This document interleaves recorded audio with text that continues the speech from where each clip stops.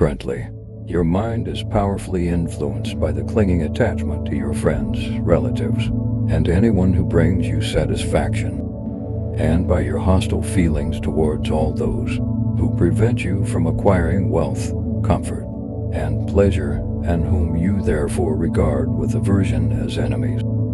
In your delusion, you do whatever you can to benefit yourself and those you like, and try to overcome and eliminate all those you consider enemies with such aversion that you can hardly bear even to hear their names.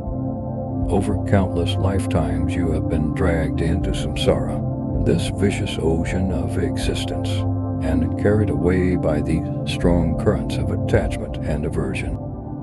Attachment and aversion are the very cause of samsara, the very reason for our endless wandering in the circle of existence.